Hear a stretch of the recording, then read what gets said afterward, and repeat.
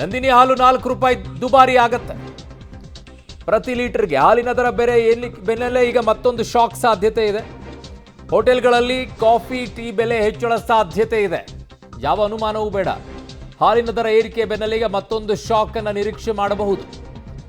ಬರೀ ಹಾಲಷ್ಟೇ ಯಾಕ್ರಿ, ಅದರ ಉತ್ಪನ್ನಗಳಿದಾವಲ್ವಾ, ತುಪ್ಪ, ಬೆಣ್ಣೆ, ಪನೀರು, ಇವುಗಳೆಲ್ಲ ಉತ್ಪತ್ತಿ ಆಗ್ತಾ ಇದೆಯಲ್ಲ ಈಗ ಹಾಲಿಂದ. ನಂದಿನಿ ಅವ್ರದ್ದು ಪ್ರಾಡಕ್ಟ್ಸ್ಗಳಿದಾವಲ್ವಾ, ಅವೆಲ್ಲವೂ ಏರಿಕೆ ಆಗತ್ತೆ.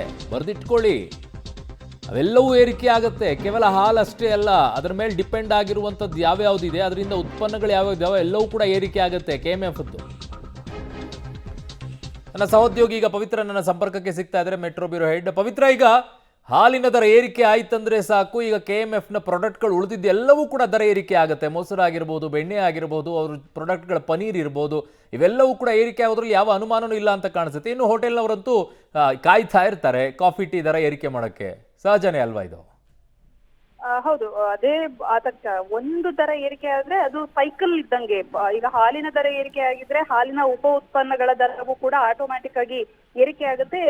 ಅದರಲ್ಲೂ ಕೂಡ 4 ರೂಪಾಯಿ ದರ ಏರಿಕೆ ಆಗಿದೆ ಲೀಟರ್ಗೆ. ಸೊ ಹಾಗಾಗಿ ಜನರಿಗೆ ಇದು ಬರ್ಡನೆ. ಯಾಕಂದ್ರೆ ಈಗ ದರ ಏರಿಕೆಯ ಪರ್ವಕಾಲ ರೀತಿಯಲ್ಲಿ ಆಗ್ತಾ ಇದೆ. ಪ್ರತಿಯೊಂದು ದಿನಕ್ಕೂ ಕೂಡ ಒಂದೊಂದು ರೀತಿಯ ದರ ಏರಿಕೆಯ ಬಿಸಿ ಗ್ರಾಹಕರಿಗೆ ತಗ್ತಾ ಇದೆ. ಈಗ ಹಾಲಿನ ದರ ಏರಿಕೆಯ ಸರದಿ ಆದ್ರೆ ಇದು ರೈತರಿಗೆ ಹೋಗ್ಬೇಕು ಅನ್ನುವಂಥದ್ದು ಬಹುತೇಕ ಆ ನಿಟ್ಟಿನಲ್ಲಿ ಕೊಂಚ ರಿಲೀಫ್ ಆಗ್ಬೇಕು. ಹಾಲಿನ ದರ ಏರಿಕೆ ಅದು ಗ್ರಾಹಕರಿಗೆ ತಟ್ಟಿದ್ರು ರೈತರಿಗೆ ಲಾಭ ತರುತ್ತೆ ಅನ್ನುವಂಥದ್ದು. ಆದ್ರೆ ಇಂಡೈರೆಕ್ಟ್ ಆಗಿ ಹಾಲಿನ ದರ ಏರಿಕೆ ಆಗ್ತಿದ್ದಂಗೆ ಕಾಫಿ ಟೀಗಳ ದರ ಕೂಡ ಏರಿಕೆ ಆಗುತ್ತೆ. ಹೋಟೆಲ್ನವರು ದರ ಏರಿಕೆಯನ್ನ ಮಾಡ್ತಾರೆ. ಈಗ ಅವರು ಅದಕ್ಕೆ ಕಾಯ್ತಾ ಇದ್ದಾರೆ. ಮೊನ್ನೆ ಅಷ್ಟೇ ಕಾಫಿ ಪುಡಿ ದರ ಏರಿಕೆ ಆಗಿದೆ ಅಂತ ದರವನ್ನ ಏರಿಕೆ ಮಾಡಿದ್ರು. ಈಗ ಹಾಲಿನ ದರ ಏರಿಕೆ ಆಗಿದೆ ಅಂತ ಅದಕ್ಕೂ ಕೂಡ ದರವನ್ನ ಏರಿಕೆ ಮಾಡ್ತಾರೆ.